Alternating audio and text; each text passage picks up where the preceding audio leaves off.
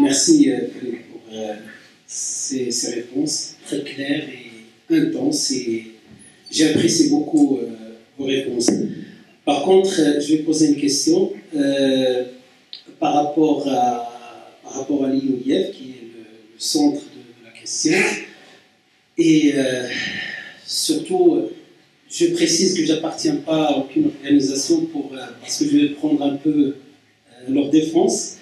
Ma question, voilà, directe, c'est quelle est l'alternative aujourd'hui par rapport aux musulmans, s'il n'y a pas des pensées comme des pensées que celles de l'IOIF. Je vous remercie.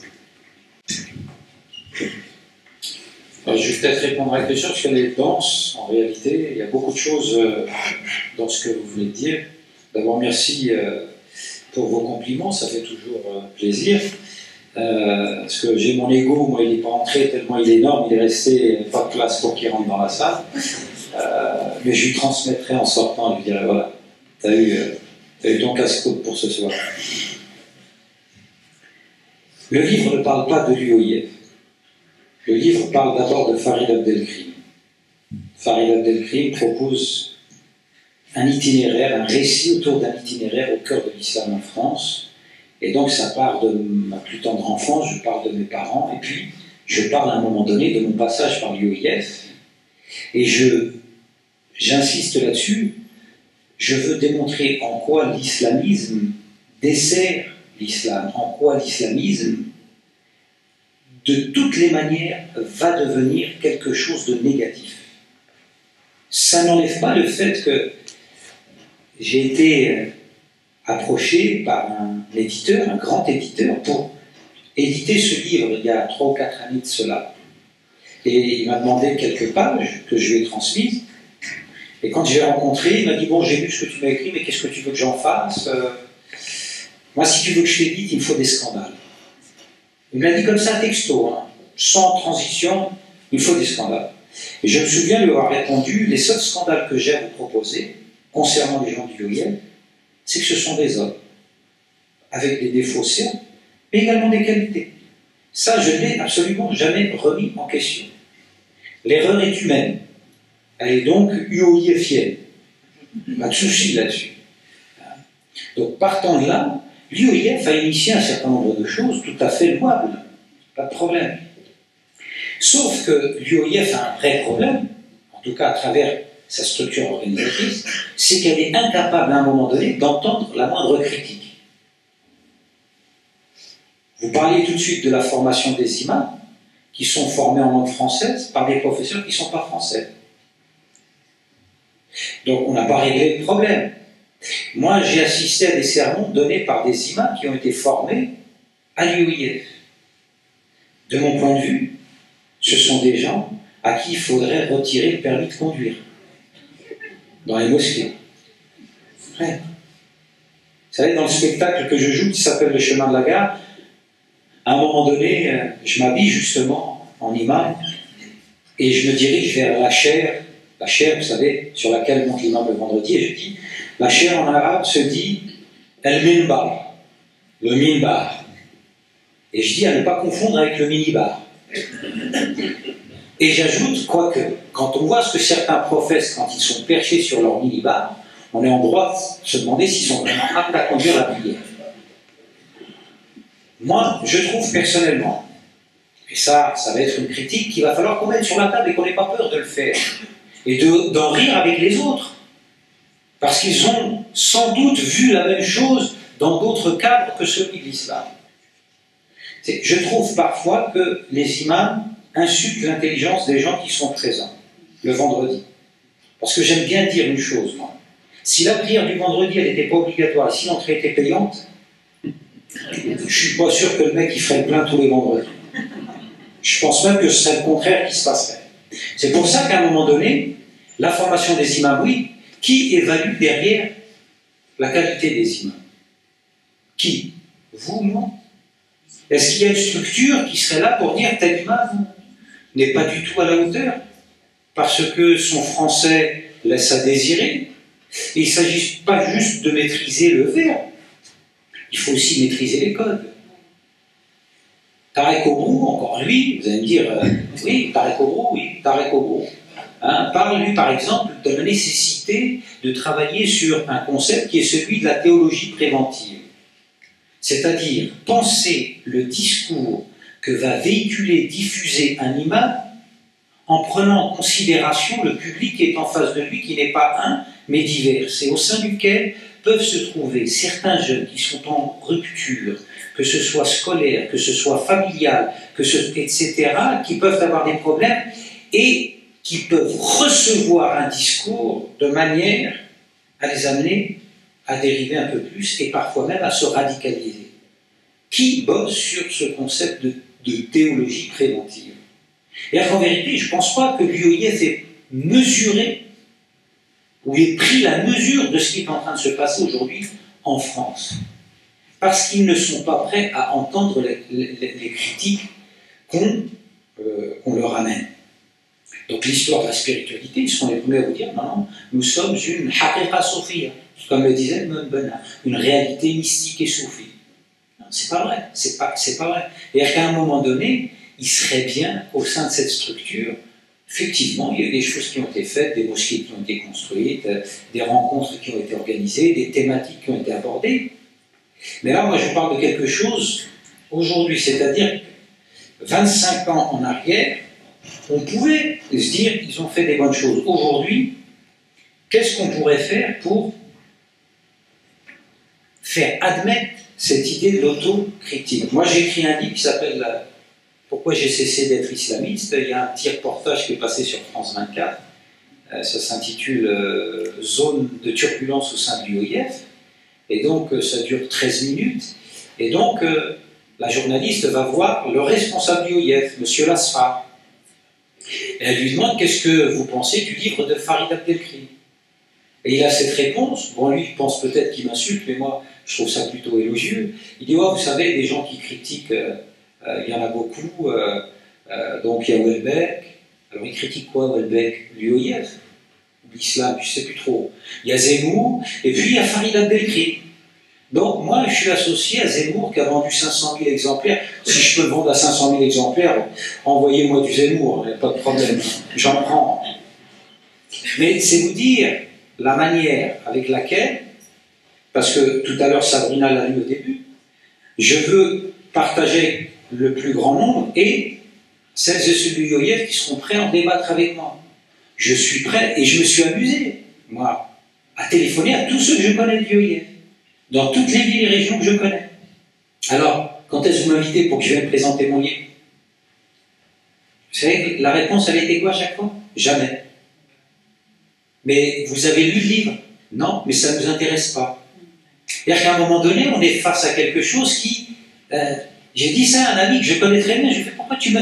Il me fait, tu sais bien ce qu'ils vont dire, machin, etc. Je lui dis, écoute, il y a deux cas de figure possibles, ou bien ce que je dis dans le livre, c'est vrai. Et alors, en tant que structure qui prétend défendre la vérité, vous allez m'écouter. Ou bien c'est faux, et vous allez pouvoir le démontrer facilement. Qu'est-ce que vous allez perdre dans tout ça? Eh bien, j'ai une fin de non-recevoir systématique. Ah, mais bon, on va passer par d'autres biais. Aujourd'hui, c'est Améa qui m'invite. Je les remercie de cette possibilité qui m'est donnée de venir présenter un livre où, vous avez vu, il n'y a pas de haine. Je ne suis pas en train de régler mon compte depuis tout à l'heure pour vous dire un tel, c'est une ordure. Hein, d'autant plus que je me suis auto-censuré dans le livre. Il y a plein de choses que je n'ai pas racontées. Parce que c'est trop personnel, mais des choses qui font mal à la tête et mal au cœur. Donc, oui, l'UOIF a fait des choses. Alors, pour ce qui est de l'alternative, je n'ai pas d'alternative, j'ai juste moi quelques voies que je propose. Et la première des voies vers laquelle il faut tous s'orienter, c'est sortir de l'entre-soi. C'est arrêter de croire qu'on constitue une communauté musulmane. Hein? Vous avez parlé de la représentativité.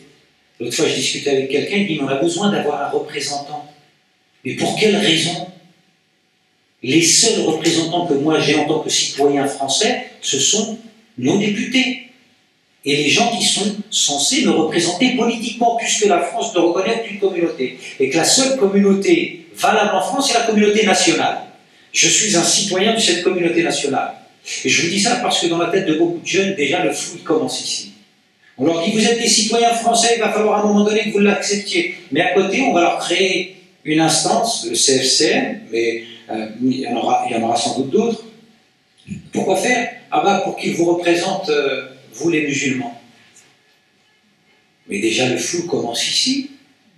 Pourquoi est-ce qu'on voudrait une instance qui représente les musulmans? Mais allez représenter, vous, les Turcs et les Algériens en même temps. Mais c'est la guerre civile assurée. C'est impossible. Et de toute façon, ça n'est pas conforme à la laïcité, ça n'est pas conforme à notre République.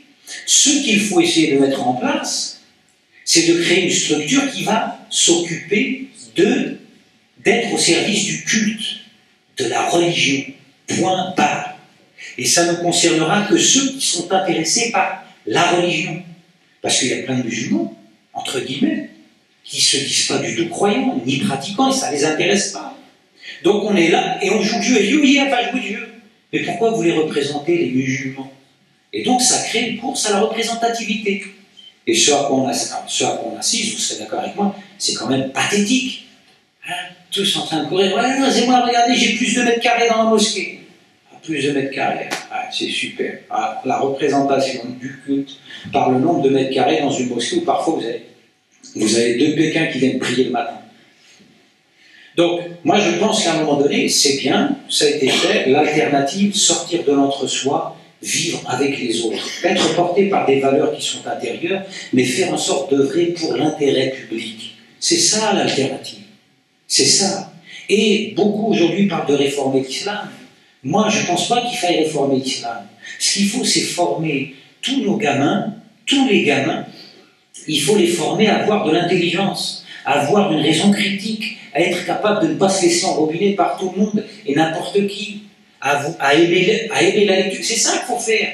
Vous pouvez réformer l'islam au 15e étage autant de fois que vous voudrez, mais si vous ne le faites pas descendre auprès des principaux concernés, vous n'avez rien fait. Donc ce qu'il faut faire, c'est absolument faire comprendre aux jeunes générations montantes qui désirent avoir une pratique de leur religion, et c'est leur droit, et bien leur dire faites attention, parce qu'il y a à prendre et à laisser dans tout ça.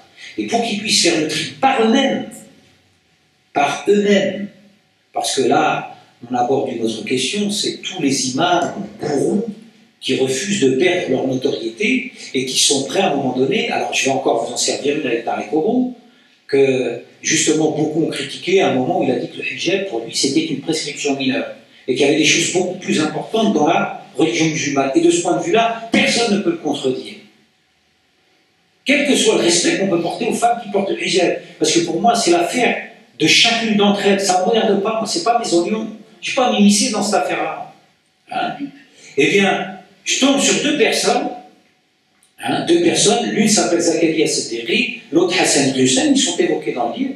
Je tombe sur ces 2 personnes à la Mecque et on parle de ça. Ils critiquent Tarek Obro, je leur propose, écoutez, quand on rentre en France, on fait un débat.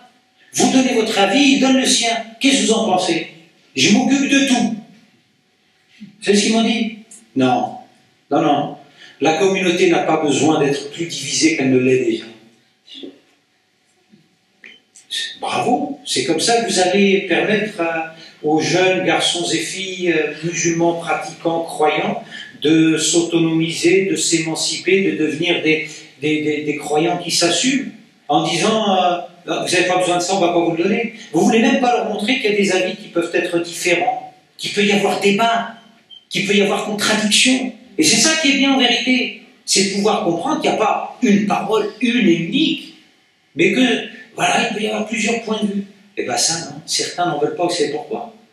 Parce que ça risque de remettre en question leur crédibilité, et donc leur notoriété, et donc leur minibar.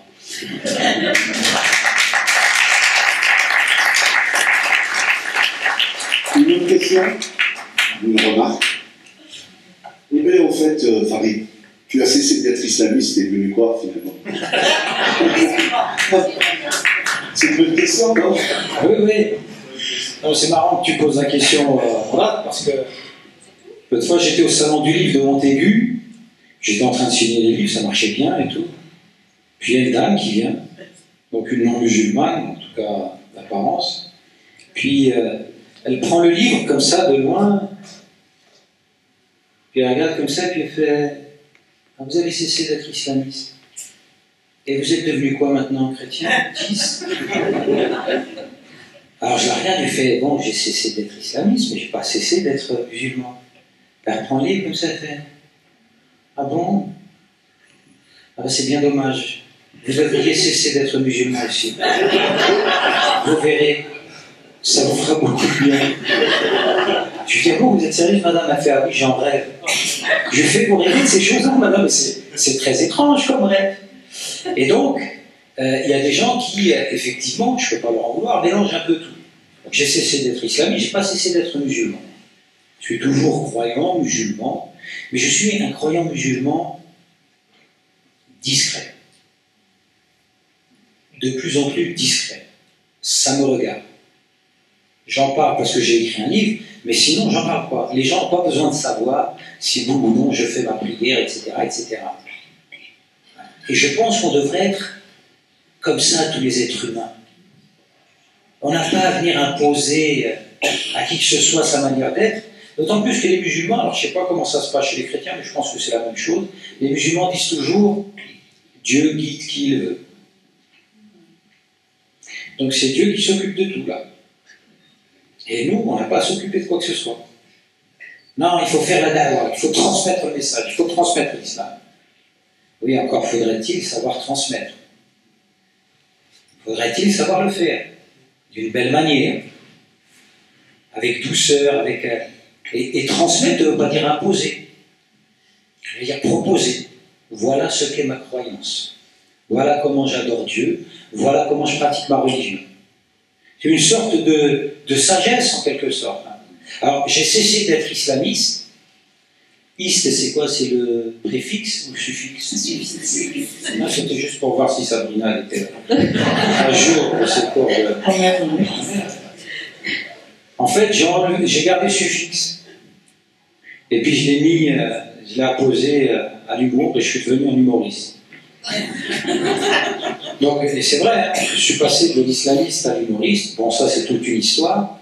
Et aujourd'hui, donc, je raconte un peu ce qu'il y a dans le livre, un peu ce que j'observe ici et là, à travers mes spectacles, le spectacle suivi d'un débat généralement. Donc je ne sais pas si avec Améa on pourra envisager un autre... Oui, plus fort, oui.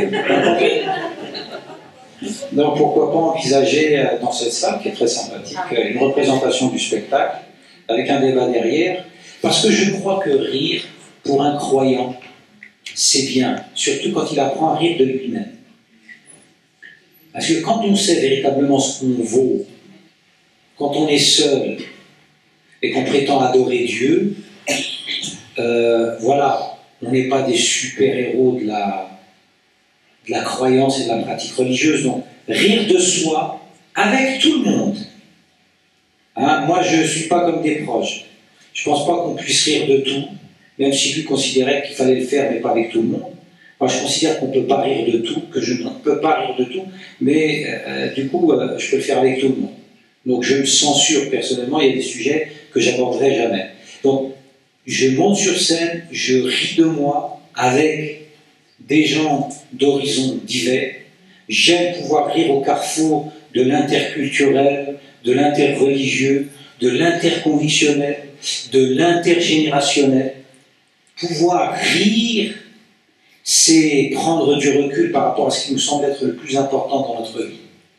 Et prendre du recul, c'est pouvoir s'élever. Et quelque part, pour quelqu'un qui est en quête de spiritualité, bah, c'est d'une certaine manière spirituel. Donc, j'ai cessé d'être islamiste, je suis toujours musulman, et aujourd'hui, je suis humoriste. Voilà pour résumer en gros ce que je suis en train de devenir.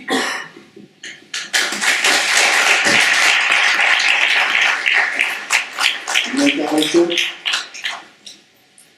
Oui.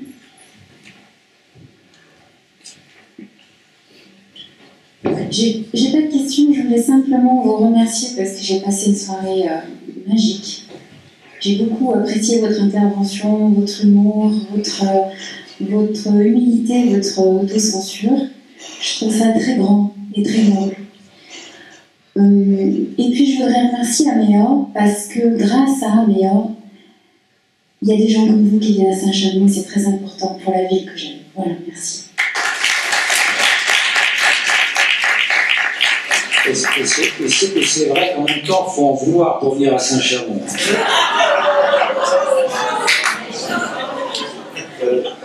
Parce que franchement, je suis sorti comme ça de la maison, il faisait soleil. Je me suis dit, on descend, donc le soleil va être...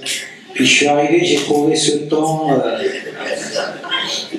après 7 heures de train. Alors pour le compliment, je vais lui refiler aussi à l'extérieur, ça va lui faire du bien à mon ego. Il va aimer ça. Merci en tout cas. C'est pour savoir si vous faites des interventions auprès des lycéens, parce que je trouve que c'est un discours qui devrait être porté. Dans les écoles. Dans les écoles, mais les lycéens, je pense que... Oui, j'ai commencé à le faire depuis la sortie du livre. Hein.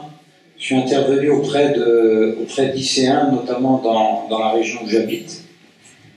Et le problème avec les lycéens, c'est que je leur ai dit que j'étais humoriste de mon métier, que la première question qu'ils m'ont dit, vous pouvez nous faire un sketch. Alors j'aurais pas fait un sketch, j'aurais donné une blague et puis comme vous êtes sympa, je vais vous la donner la blague.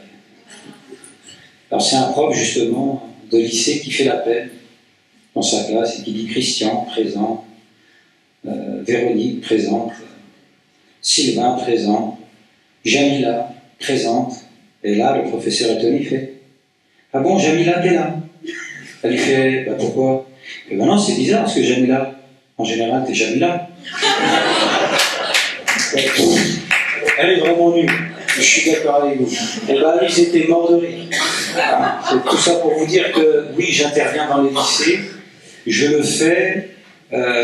J'ai certaines personnes qui interviennent au niveau des lycées également qui m'ont sollicité, des assistants d'éducation, etc., etc. Mais si vous voulez qu'on organise quelque chose ici à Saint-Chamond, à Rive-de-Gier, à Saint-Étienne, pour aller rencontrer des lycéens, je suis aujourd'hui dans une période de ma vie où je n'ai jamais ressenti autant le besoin, parce que ça me semble être un devoir, de parler, de causer et de faire causer le maximum de monde, et en particulier les générations qui vont faire la France de demain. Donc n'hésitez surtout pas, je ne sais pas s'il y a des gens ici qui sont responsables dans des lycées, dans des collèges, je serais très enchanté et très honoré de pouvoir le faire. C'est urgent.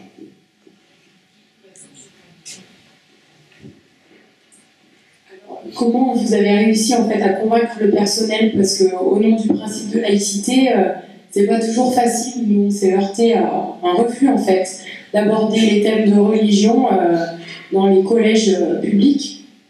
Enfin, voilà. Alors en fait, moi si je viens, c'est pas pour parler religion. Si je viens, et c'est peut-être comme ça que vous pouvez le faire passer, c'est parler de tous ces problèmes qu'on rencontre aujourd'hui, de radicalisation, de dérive sectaire, d'endoctrinement. Parce que si aujourd'hui, il se passe ce qui s'est passé en France, il va falloir à un moment donné qu'on pose très sérieusement la hiérarchie des responsabilités. Et dans cette hiérarchie des responsabilités, nos politiques sont en première ligne. Hein? Nos politiques sont en première ligne parce qu'il y a des choses qu'ils ne veulent pas voir, ou qu'ils font semblant de ne pas voir. Et puis il y a aussi l'école. Il y a la famille, il y a les imams et les mosquées dont je parlais tout à l'heure, et les fédérations musulmanes. Donc, il y a tous les prédicateurs et détenteurs et diffuseurs du discours public. Donc, dans cette hiérarchie des responsabilités, aujourd'hui, personne ne peut se dédouaner en disant « j'ai rien à voir ». On a tous quelque chose à voir. Donc, je pense qu'à un moment donné, il faut amener les choses de cette manière-là en disant « ce qui s'est passé en janvier, c'est pas anodin ». Quand on demande à des élèves de faire une minute de silence dans un collège et qu'il y en a qui ne veulent pas et qui font le chahut, ça devrait nous interpeller, nous demander pourquoi ils sont comme ça. Moi, si vous m'aviez demandé de faire une minute de silence il y a 20 ans de ça, je vous aurais envoyé bouler en vous disant ils l'ont bien cherché. Qu'est-ce qui fait que j'ai changé? Qu'est-ce qui fait que je ne vois plus les choses de cette manière-là? C'est ça qu'il faut essayer de pouvoir comprendre. Moi, je l'ai vécu, parce que des gens disent, oui, c'est pas la même chose. Avant, c'était exactement la même chose. Avant, j'ai voulu partir en Afghanistan. J'ai voulu aller me battre aux côtés de mes frères afghans, contre le tyran russe, parce que les processus sont les mêmes. Des traditions prophétiques, culpabilisatrices, qui vous font croire qu'à un moment donné, comme c'est dit, celui qui ne se soucie pas du sort des musulmans ne fait pas partie d'eux. Donc, imaginez, je suis croyant, donc si je veux aller me battre. Les choses ont changé parce qu'Internet est intervenu, parce que l'information, entre guillemets, circule beaucoup plus vite. Donc, continuons à faire comme si de rien n'était, continuons à asséner ce principe de laïcité qui est porté par des gens qui ne comprennent pas que ce qui doit être laïque, ce sont les institutions et ceux qui diffusent, ou en tout cas ceux qui sont les enseignants, le corps enseignant, etc. On ne demande pas aux élèves d'être laïques. Les élèves, quand ils arrivent à l'école, ils ne laissent pas leur croyance à l'entrée, ils entrent avec. Donc qu'est-ce qui fait qu'aujourd'hui, il y a ce type de posture, de crispation, parce qu'on est en train d'une certaine manière, d'admettre la possibilité de créer de futurs monstres. Je ne dis pas que c'est une règle générale. Je dis que Koulibaly et les frères Kouachi sont des enfants de la République. Ils ne sont pas nés en Syrie ni en Algérie, ils sont nés en France. Ils ont été scolarisés en France, socialisés en France. Ils ont bossé en France. Là aussi, il va falloir à un moment donné prendre la mesure de ce qui s'est passé et avoir suffisamment d'honnêteté. Parce que moi, j'ai écrit pourquoi j'ai cessé d'être islamiste. Je pense que certains politiques devraient écrire pourquoi j'ai cessé d'être politique.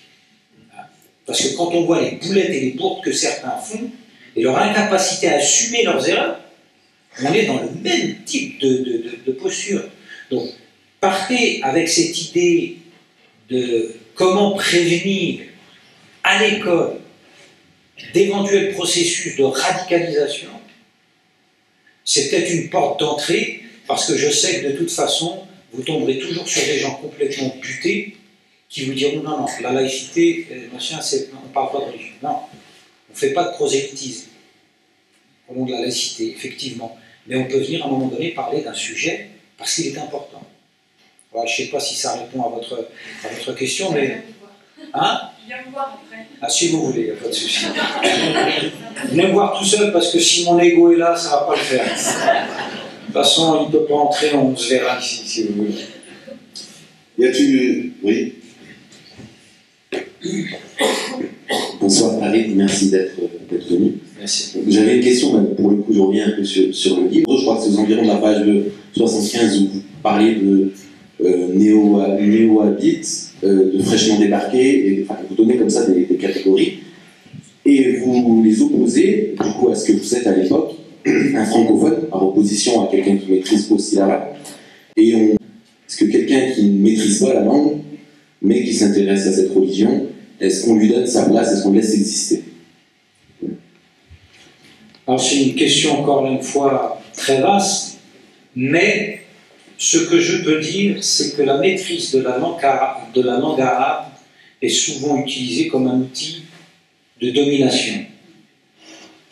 Moi j'ai fait l'expérience avec des jeunes pour leur montrer qu'il ne faut pas se fier aux apparences, parce qu'elles sont parfois trompeuses. Et comme je dis, si l'habit ne fait pas le moine, la barbe ne fait pas l'imam non plus.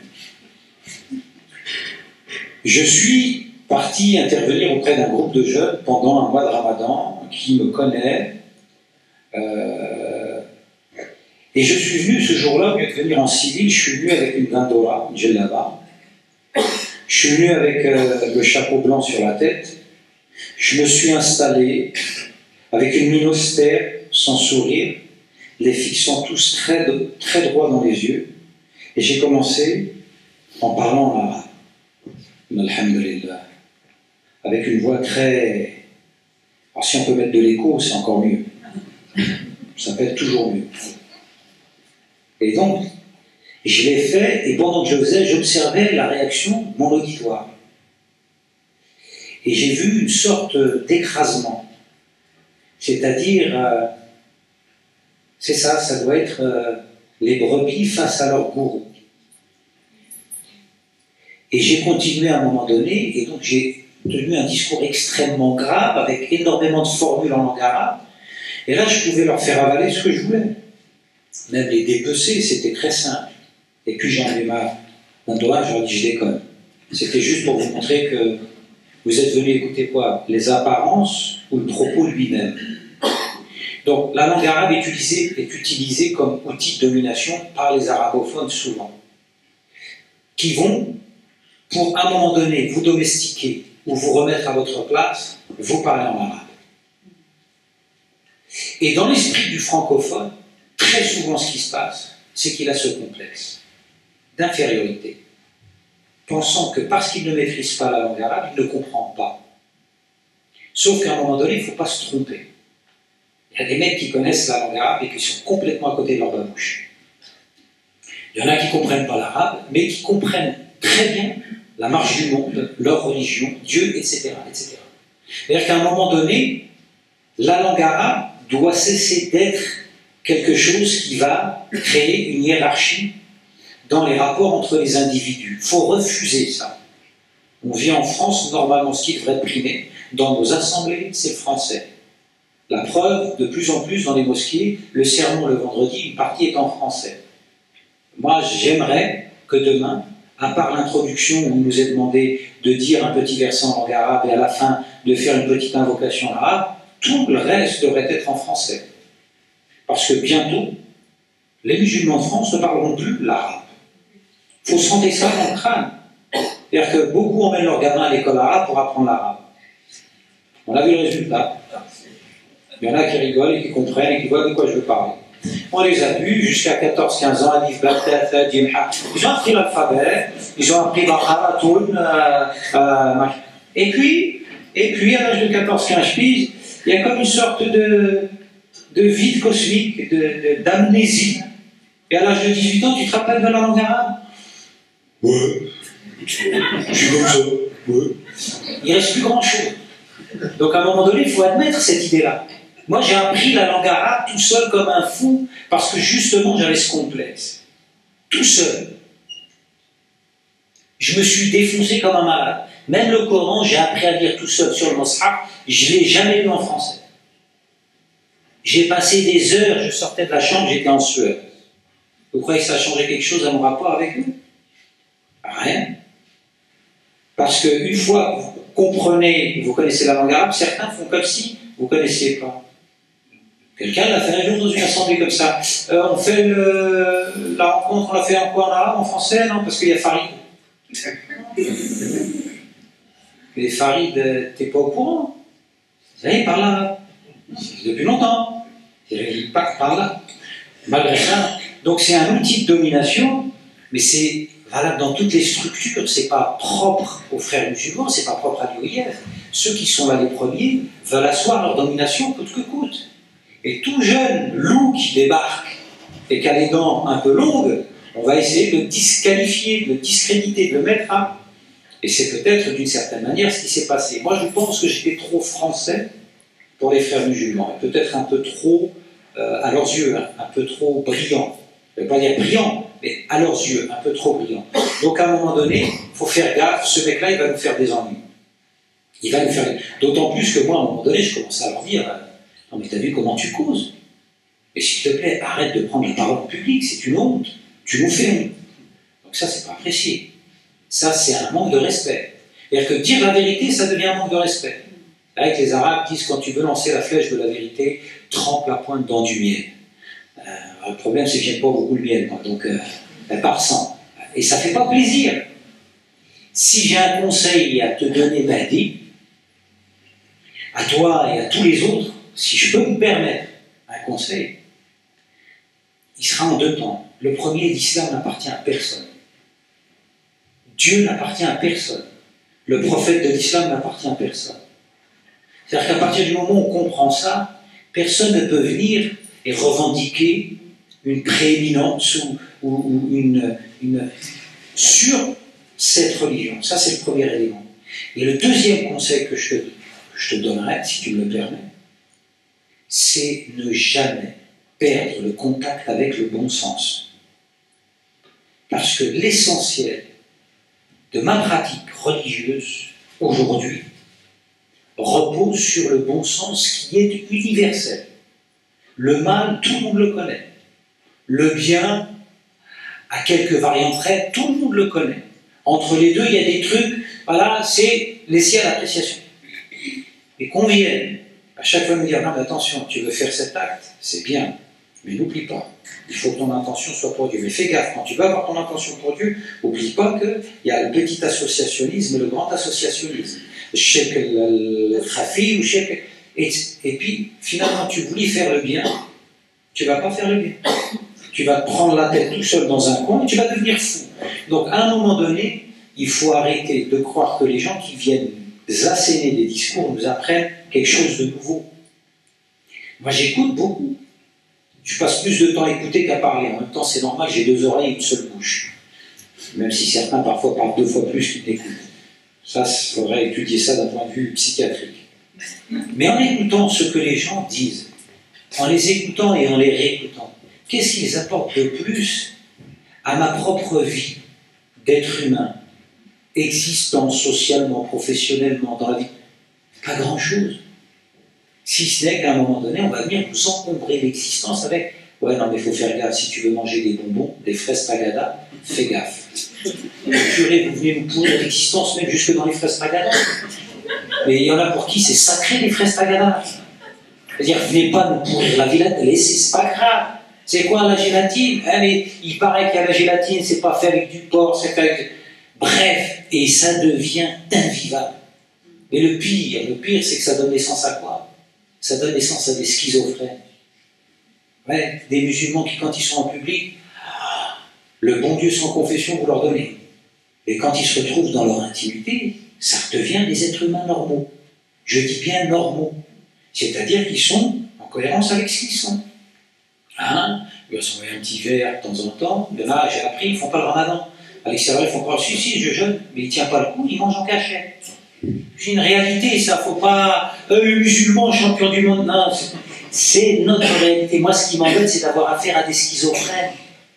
C'est pour ça, de plus en plus, vous allez voir, des gens, quand ils se rencontrent, notamment pour le mariage, ils vont se rencontrer, ils croyaient avoir rencontré un tel, mais dans l'intimité, ils découvrent quelqu'un d'autre. C'est quoi, vous êtes 2? Non. Un moment, je suis comme ça, un autre, je suis comme ça. Et ça crée des tensions, des problèmes. Bon, bref, on pourrait rentrer dans d'autres considérations. Je veux juste te dire que, voilà, le bon sens, il est près de chez vous, il est même chez vous, à l'intérieur.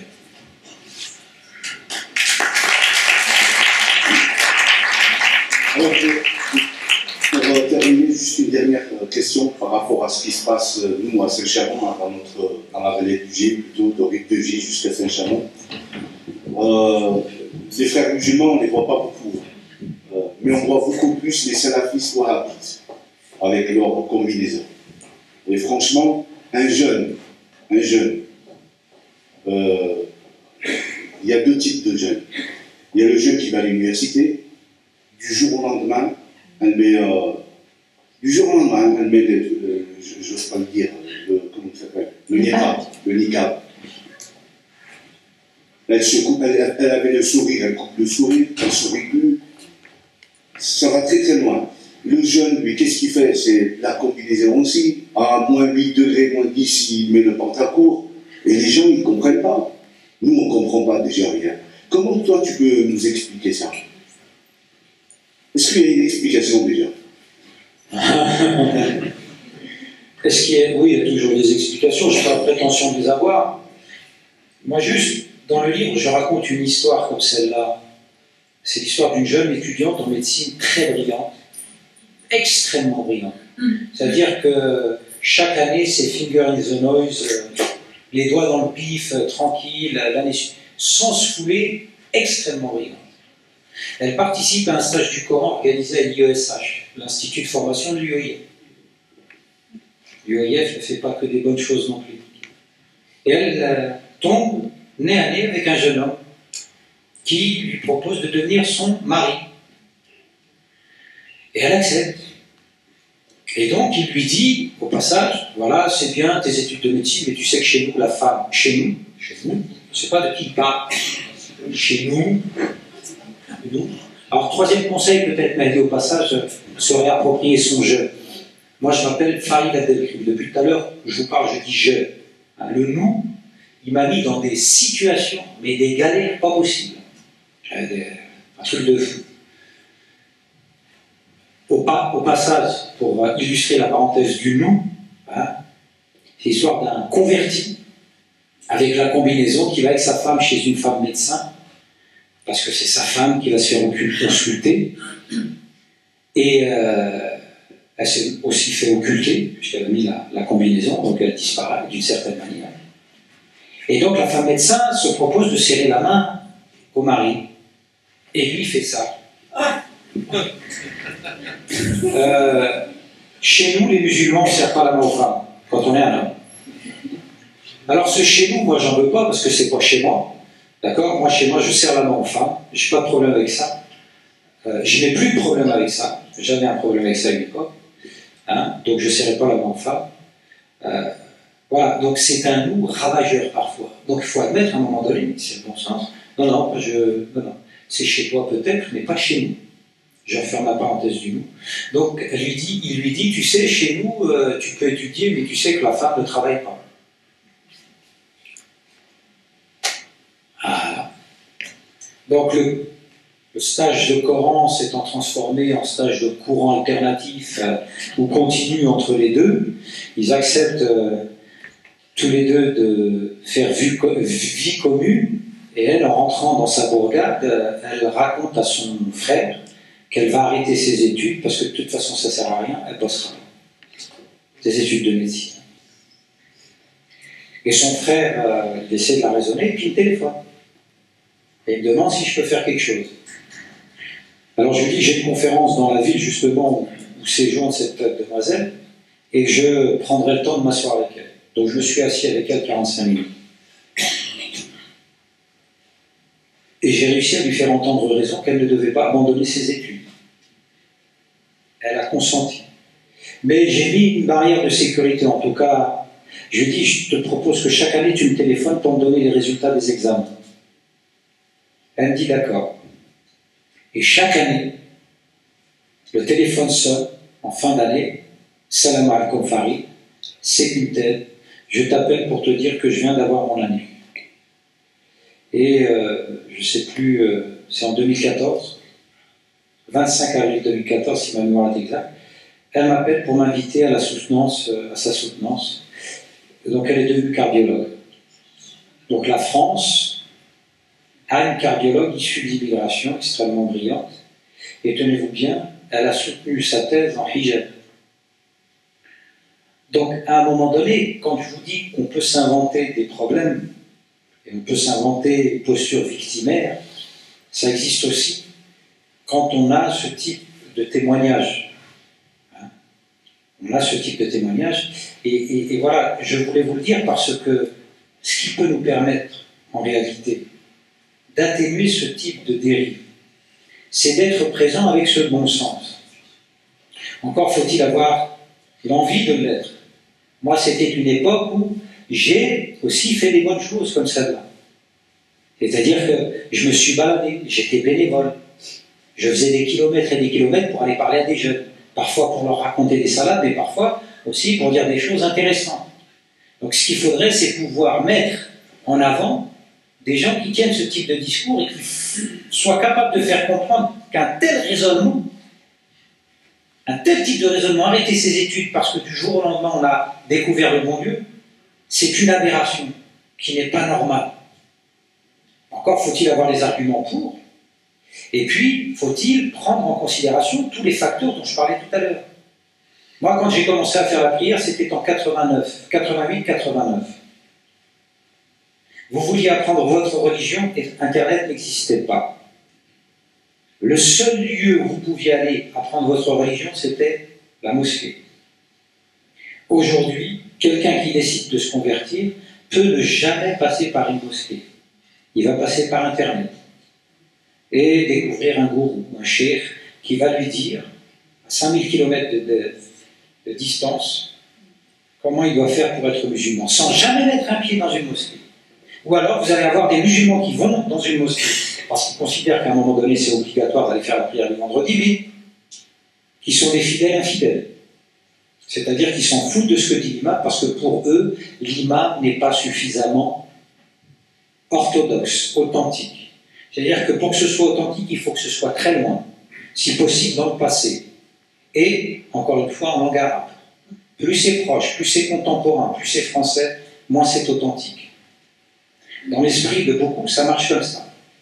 Ce qu'il faudrait, c'est faire en sorte que les mosquées prennent la mesure de ce qui se passe, que des gens à l'UOIF prennent la mesure de ce qui se passe et qu'ils comprennent que le discours qu'ils tiennent n'est pas un discours en réalité audible et intelligible. Les jeunes, ça ne les intéresse plus, parce qu'ils considèrent que c'est un discours qui est dénué de religiosité, dénué de normes.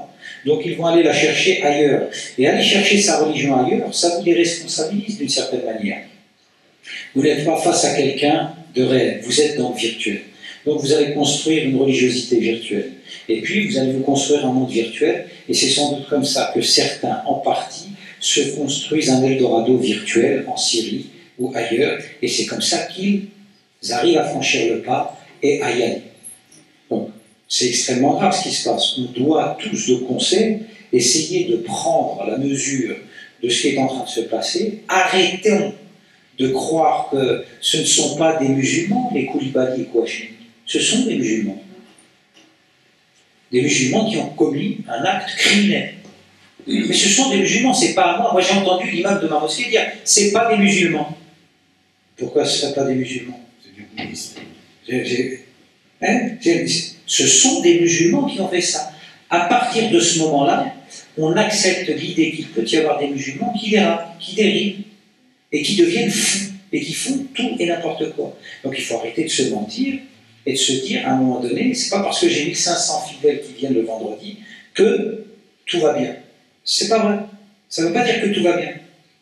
Il faut être capable de sonder, de prendre la température, de voir effectivement ce qui est en train de se passer. Cette fascination pour la rupture, cette fascination qu'ont des filles, alors qu'elles étaient coquettes, alors qu'elles étaient, vouloir du jour au lendemain se barricader sous un tissu. Le fait de voir des types qui avaient une vie tout à fait, j'allais même dire, dans la vivance totale, qui sortaient en boîte, du jour au lendemain jouer des... C'est quelque chose qui ne laisse pas augurer que du bon.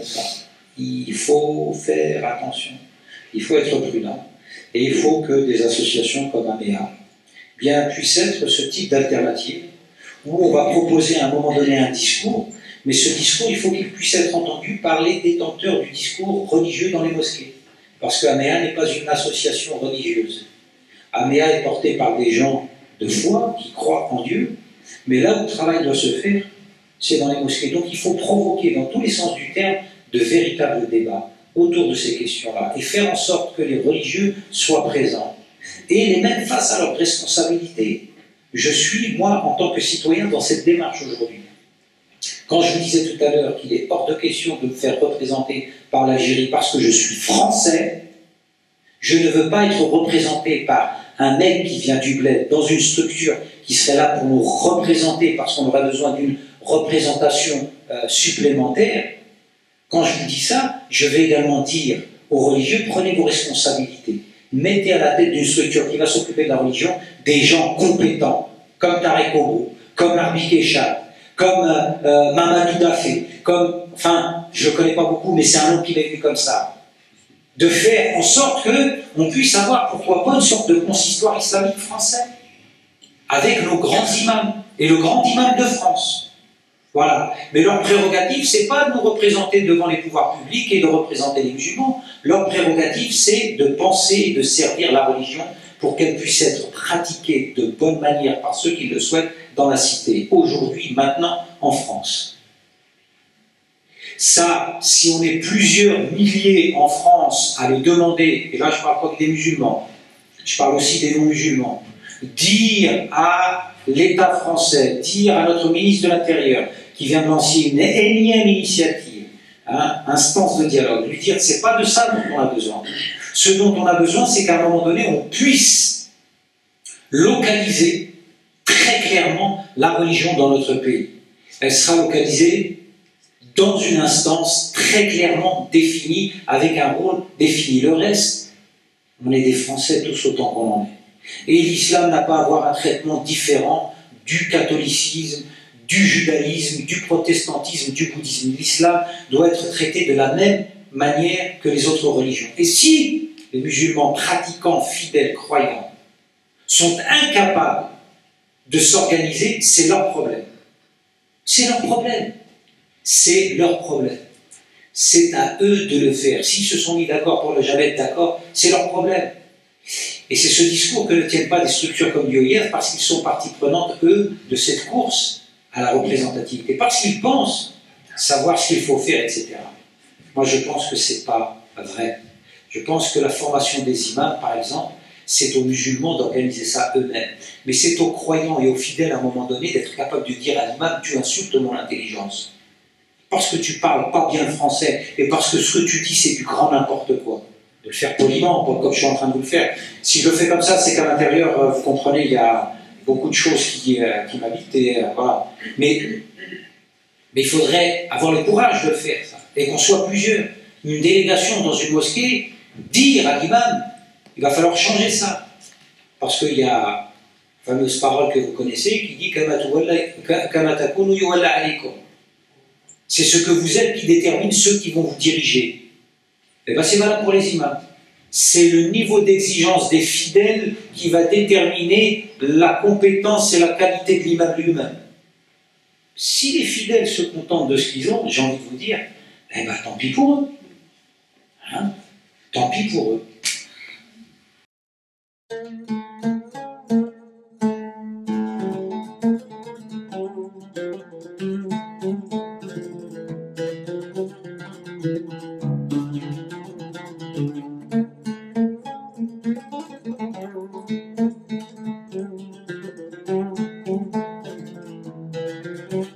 Thank you.